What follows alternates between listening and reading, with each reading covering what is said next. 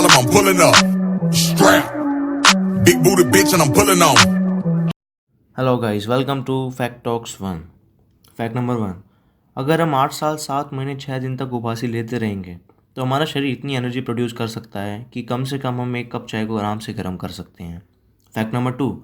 अगर हम अंगूर को माइक्रोवेव में गर्म करेंगे तो ये बम की तरह विस्फोट हो जाते हैं। Fact number 3।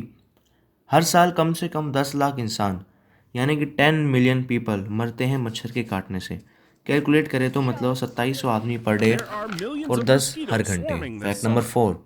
अगर हम अपने सर को दीवार से मारेंगे तो इससे कम से कम 150 से लेकर 160 तक कैलोरीज बर्न हो सकती है। मेरे हिसाब से सबसे अच्छा तरीका है उन बंदों के लिए जो घर बैठे बैठे पतला होना चाहते हैं। Fact number 5। जिसके पीछे सारी दुनिया पागल है कि मुर्गी पहले आया या अंडा, तो यार अंडा पहले आया। वीडियो में आखिरी तक बने रहने के लिए आपका बहुत बहुत शुक्रिया and please like share and subscribe my channel and comment your views. Thank you.